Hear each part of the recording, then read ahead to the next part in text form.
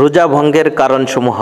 রমজান মাসে রোজা রাখা প্রতিটি মুসলমানের জন্য ফরজ, তবে কিছু কারণ আছে যা রোজা ভঙ্গ করে ফেলে এবং রোজা পুনরায় রাখতে বা কাফারা আদায় করতে হয়। তাই আমাদের জানা দরকার কোন কোন কারণে রোজা ভেঙে যায়, যাতে আমরা সেগুলো থেকে বেঁচে থাকতে পারি। ১. ইচ্ছাকৃতভাবে পানাহার করা। যদি কোনো ব্যক্তি ভুলে পানাহার করে তবে তার রোজা ভঙ্গ হবে না, কিন্তু ইচ্ছাকৃতভাবে যদি কিছু খেয়ে ফেলে তাহলে তার রোজা ভঙ্গ হয়ে যাবে। রাসূলুল্লাহ সাল্লাল্লাহু আলাইহি ওয়াসাল্লাম বলেছেন, যদি কেউ ভুলে কিছু খেয়ে ফেলে তবে সে যেন তার রোজা পূর্ণ করে, কেননা এটি আল্লাহর পক্ষ থেকে তাকে রিজিক হিসেবে প্রদান করা হয়েছে। বুখারী শরীফ হাদিস নম্বর 1933।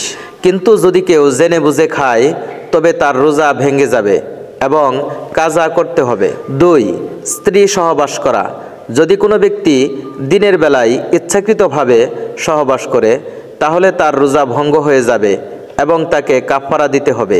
কাফারার বিধান: একটি গোলাম মুক্ত করা যদি সম্ভব হয়। যদি গোলাম না থাকে তাহলে 60 দিন একটানা রোজা রাখা।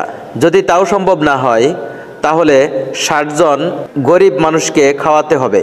বুখারী শরীফ 1936 নম্বর হাদিস। ৩ নম্বর, বীর্যপাত হলে।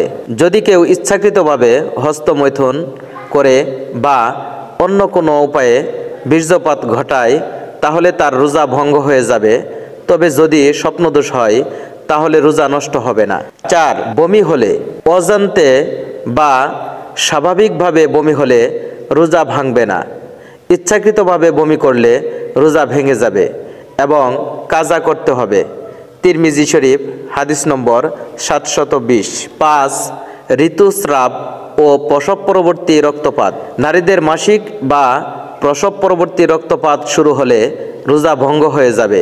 এই অবস্থায় রোজা রাখা জায়েজ নয়, পরে এই রোজা কাজা আদায় করতে হবে। বুখারী শরীফ হাদিস নম্বর 1951 নম্বর। ৬ নম্বর, নাক বা কানে ওষুধ দেয়া।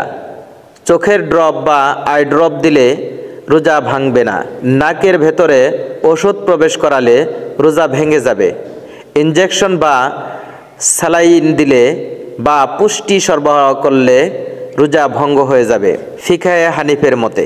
৭ নম্বর, রক্ত নেয়া বা বেশি পরিমাণ রক্ত বের হলে। সাধারণ রক্ত নেয়া বা ব্লাড টেস্ট করলে রোজা ভাঙবে না। যদি অতিরিক্ত রক্ত বের হয়ে যায় এবং দুর্বলতা অনুভূত হয় তবে রোজা নষ্ট হতে পারে। তিরমিজি শরীফ হাদিস নম্বর 719। ৮ নম্বর, ধূমপান করা বা নেশাদ্রব্য গ্রহণ করা। সিগারেট, হুক্কা, গাঁজা, তামাক বা অন্য কোনো নেশাদ্রব্য গ্রহণ করলে রোজা ভেঙে যাবে। ফতোয়া হিন্দিয়া 1/207। ৯ নম্বর, অক্সিজেন গ্রহণ ও ইনহেলার ব্যবহার করা। অক্সিজেন নেয়া রোজা নষ্ট করবে না। এজমার ইনহেলার ব্যবহার করলে রোজা ভঙ্গ হয়ে যাবে, কারণ এটি সরাসরি ফুসফুসে পৌঁছে যায়। ১০ নম্বর, ডায়ালাইসিস করা। যদি কোনো ব্যক্তি কিডনি ডায়ালাইসিস করায় এবং এতে শরীরে পুষ্টি প্রবেশ করে তবে রোজা ভেঙে যাবে।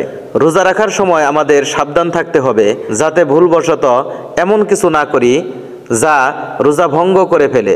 যদি রোজা ভেঙে যায় তাহলে কাজা করতে হবে, আর যদি ইচ্ছাকৃতভাবে সহবাস করার কারণে ভেঙে যায় তবে কাফারা দিতে হবে। আল্লাহ আমাদের রোজা রাখার তৌফিক দান করুন। আমিন।